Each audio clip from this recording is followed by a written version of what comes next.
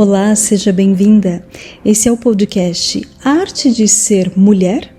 Aqui nós vamos mergulhar fundo nos princípios que movem a força feminina, inspirado nos encontros vivenciais em grupo com mulheres, na minha bagagem enquanto psicoterapeuta clínica e também na jornada Arte de Ser, é o nosso encontro vivencial online que você pode estar mergulhando junto, quem sabe, na próxima turma. E nesse primeiro episódio, nós vamos tocar em um tema muito profundo. Quem é a mulher por trás da mulher que você aprendeu a ser? A gente vai olhar para algumas certezas, para aquilo que a gente recebeu da nossa história e para o que ainda influencia, mesmo que silenciosamente, as nossas escolhas. Porque reconhecer o que já não corresponde à nossa verdade interior abre espaço para uma nova força nascer dentro de nós. E antes de começar, eu quero fazer um convite. Enquanto você me escuta, procura não se defender nem se justificar mentalmente, apenas observe o seu mundo interior. Que sensações aparecem no teu corpo, que emoções surgem, se vem alguma lembrança ou imagem mental. Tudo isso é importante. E se puder, tenha papel e caneta na mão para você anotar aquilo que tocar você mais profundamente. Isso ajuda muito a organizar o nosso mundo interior. E nem tudo que emerge no autoconhecimento vai encontrar imediatamente uma explicação lógica. Pode surgir primeiro como uma sensação, um insight, uma intuição, uma imagem ou até um sonho sonhado à noite. Esses sinais fazem parte da nossa bússola interna. Quando a gente aprende a observar e principalmente a confrontar com modelos e padrões rígidos de pensamento e de comportamento, a gente pode se abrir a uma nova realidade. Não é um caminho fácil, mas é o caminho mais verdadeiro. Então, vamos lá? Existe uma pergunta que poucas vezes é feita. Qual é a mulher que existe por trás da mulher que você aprendeu a ser? E eu não estou falando aqui da tua profissão, dos papéis que você desempenha ou da mulher que os outros conhecem. Eu estou falando dos seus desejos mais íntimos, das escolhas que você adia, daquilo que você intui que precisa mudar, mesmo quando aparentemente está tudo bem. Você pode ser uma mulher realizada, pode ter construído uma carreira, uma família, atravessado crises que fazem parte do processo da vida, recomeçado algumas vezes, pode ter aprendido a ser forte, responsável, competente e ainda assim pode surgir uma questão interna. Aquilo que eu estou vivendo agora é fruto das minhas intenções mais genuínas? Para a gente compreender quem a gente precisa partir de uma constatação que é fundamental. Ninguém se constrói sozinho. Antes de a gente aprender a falar ou explicar aquilo que a gente sente, nós já estamos vivendo dentro de uma relação. No início da vida existe uma dependência que é real. A gente precisa de alguém que nos alimente, nos proteja, acolha e nos apresente ao mundo. É belo no ser humano esse gesto do cuidar. E é nessa relação primordial que a gente começa a organizar a nossa experiência psíquica. A gente pode compreender simbolicamente o feminino como uma força que nutre, acolhe e sustenta a vida. E o masculino traz a direção, a estrutura, nos apresenta um mundo que existe para além desse primeiro território. E eu não estou reduzindo essas forças à mãe e ao pai biológicos. Feminino e masculino são princípios que atravessam a experiência humana. Nós carregamos feminino e masculino dentro de nós. Mas a maneira como nós somos cuidadas e apresentadas ao mundo participa profundamente da forma como a gente aprendeu a perceber nós mesmas e a nos relacionar com a vida. E nós fomos educados a dicotomizar essas forças femininas e masculinas, e é aí que a gente entra em uma série de estereótipos, de condicionamentos. É como se a gente carregasse uma espécie de língua materna psíquica. Assim como a gente aprende uma língua antes de começar a compreender suas regras, também aprendemos formas de nos relacionar antes de sermos capazes de questionar essas formas. A gente aprende um modo de amar. O que acontece se a gente contrariar alguém? Se é seguro dizer não? Se a gente pode ou não ocupar determinados espaços? O dever em agradar? Tudo isso forma uma espécie de gramática psíquica, emocional. E a gente chega à vida adulta falando fluentemente essa língua sem perceber que ela foi internalizada com uma série de condicionamentos. Imagine uma menina que percebe cedo que recebe mais aprovação quando é dócil, adaptável, agradável. Ninguém precisa dizer verbalmente, racionalmente, você precisa agradar. Ela aprende pelo gesto, pelo olhar, pela aprovação, pelo desconforto dos adultos, pelo que é permitido e pelo que é censurado. E pouco a pouco, aquilo que começou como uma adaptação pode se transformar numa identidade.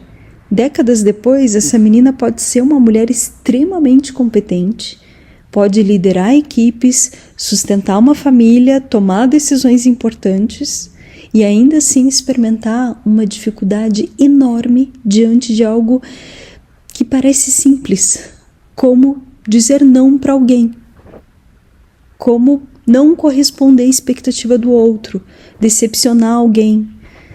Ela sabe o que ela quer, mas ela recua. Percebe que determinada relação a esvazia por dentro e permanece nessa relação, tanto pessoal quanto profissional. Já vi mulheres com dificuldades de fazer uma demissão em relação a uma personalidade ali que não está agregando, não está efetivamente contribuindo no processo. Já vi mulheres em relacionamentos íntimos altamente abusivos permanecendo nessa relação. Já vi situações de mulheres que recebem uma oportunidade e a primeira coisa que vem na mente é: o que os outros vão pensar de mim? Diz sim, enquanto alguma coisa dentro dela diz não. E é aqui que a gente encontra uma experiência importante da vida psíquica, a ambivalência. Eu penso de um modo, mas ajo de outro. Desejo algo, mas sinto medo de realizar. Reconheço meu caminho, mas tenho dificuldade de seguir. Então, existe uma ambivalência que vai atravessando o interior desse feminino, que gera sofrimento, ruídos de comunicação, uma linguagem distorcida. Agora volte por alguns segundos para você mesma. Onde que essa ambivalência aparece hoje na tua vida? E apenas observa. Existe uma tensão na forma como muitas mulheres se revelam. De um lado, a gente tem os modelos familiares, os estereótipos, as expectativas sociais. Do outro, aquilo que em nós se manifesta como espontâneo, vivo, intuitivo, verdadeiro. Mas amadurecer não significa simplesmente escolher um lado e rejeitar o outro. Amadurecer exige um processo de integração desses opostos. Eu não preciso destruir aquilo que eu recebi para descobrir quem eu sou. Eu preciso reconhecer o que me constituiu, o que me trouxe até aqui. Preservar o que ainda tem sentido e transformar aquilo que já não corresponde à mulher que eu estou me tornando. É dessa integração que nasce uma voz mais autoral, uma voz que não precisa existir contra o outro. É uma voz própria. E aqui a gente precisa de discernimento. Nós podemos chamar de segurança aquilo que é apenas familiaridade, de generosidade o abandono de nós mesmas. Isso é absurdo, mas acontece. A gente pode distorcer a ideia de força com a capacidade de suportar tudo o tempo todo até entrar em esgotamento e adoecer. E a gente pode acreditar que nós estamos preservando uma relação quando, na realidade, a gente está preservando um padrão endurecido de viver. E aí surge uma pergunta necessária. Como saber o que realmente pertence a mim? Como remover todas essas camadas e esses excessos? Olhar para a nossa formação não significa procurar culpados. Os nossos pais também chegaram à parentalidade carregando histórias, limitações, medos e modelos aprendidos. Todos nós recebemos alguma coisa. E todos nós transmitimos alguma coisa. Por isso, a pergunta mais fértil não é quem fez isso comigo. É o que eu faço hoje com aquilo que eu recebi. A responsabilidade pelo nosso amadurecimento passa pelas nossas mãos. E isso é profundamente libertador, porque a história explica, mas não precisa determinar. Tudo começa dentro de uma relação, mas amadurecer exige diferenciação. Isso não significa abandonar quem amamos, romper com o outro para se tornar autossuficiente. Significa conseguir permanecer em relação, sustentar essa relação sem anular quem nós somos. Essa é uma dimensão essencial da autonomia. Eu posso amar você sem precisar ser você. Eu posso ouvir a sua opinião sem transformar a sua opinião na minha. Eu posso reconhecer a sua história sem precisar repetir ela. Eu posso decepcionar uma pessoa, dizer não para alguém sem deixar de amar essa pessoa. Eu posso seguir um caminho diferente sem transformar a nossa diferença numa guerra. A maturidade não destrói a relação, ela transforma a qualidade da relação. E eu quero falar especialmente com a mulher que já conquistou muito. Você pode ter construído uma carreira, criado filhos, conquistado independência, atravessado separações, ou recomeçado uma vida, e ainda assim continuar amadurecendo, porque o ser humano é um eterno aprendiz. A vida continua fazendo perguntas. Eu também reconheço essa experiência na minha vida e na minha trajetória. Nenhuma conquista nos dispensa de continuar aprendendo sobre nós mesmas. Em determinados momentos, a gente precisa agradecer a mulher que nos trouxe até aqui. Aquela que precisou lutar, abrir caminhos, se adaptar, ser forte, sobreviver e reconhecer que ela cumpriu uma função. Porque a mulher que nos trouxe até aqui, ela não precisa ser exatamente aquela que vai nos conduzir para a próxima etapa da vida. A autonomia começa nos pequenos gestos, nos mais sutis, antes mesmo do dia nascer, no momento em que eu preparo a cama para dormir, na hora que eu acordo. O que eu faço de diferente para tornar essa caminhada uma caminhada que faça mais sentido? E uma das formas de perceber isso é identificar o teu campo energético. Em quais relações que você se sente mais viva, vibrante, com a energia mais alta? E em quais situações que você percebe a tua energia cair, baixar, a tua vitalidade desaparecer? E a gente não precisa ter todas as respostas. Algumas perguntas importantes, elas não pedem velocidade, elas pedem presença. Aquilo que desperta emoção, quando algo nos toca profundamente, a verdade renasce.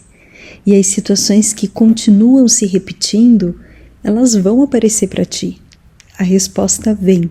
E é assim que a nossa bússola interna começa a recuperar a direção. E eu quero deixar você hoje com a pergunta que abriu a nossa conversa. Quem é a mulher por trás da mulher que você aprendeu a ser? Não apenas a mulher que a tua mãe esperava, que as tuas amigas esperavam, que as tuas tias esperavam, e nem a mulher que o teu cargo exige, nem mesmo aquela que você construiu para provar ao mundo que podia conseguir tudo. Mas você. Amadurecer significa integrar essas contradições dentro de nós e passar a escolher com maior consciência.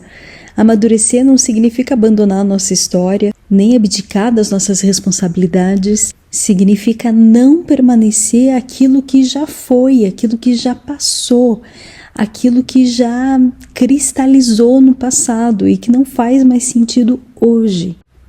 Inspirada numa abordagem que eu gosto muito da psicologia, que é a Gestalt, ela utiliza a metáfora da água. E o Ikigai também utiliza essa mesma metáfora, né? Do rio que corre e deixa a vida fluir. O feminino é como a água que flui. Ela não briga com a pedra. Ela não para o seu curso, a sua fluidez para discutir com a pedra. Ela desliza os obstáculos. E antes de a gente se despedir, um cuidado muito importante. Esse conteúdo não substitui uma psicoterapia ou um acompanhamento profissional. Ele pode ampliar a consciência e abrir espaço para uma relação mais profunda com a nossa essência. E eu deixo também o convite para você conhecer a próxima turma da Jornada Feminina, A Arte de Ser. Nela a gente vai atravessar 3 grandes pilares, que é a consciência e o autoconhecimento, a autogestão e relacionamentos e o terceiro pilar, vocação e propósito.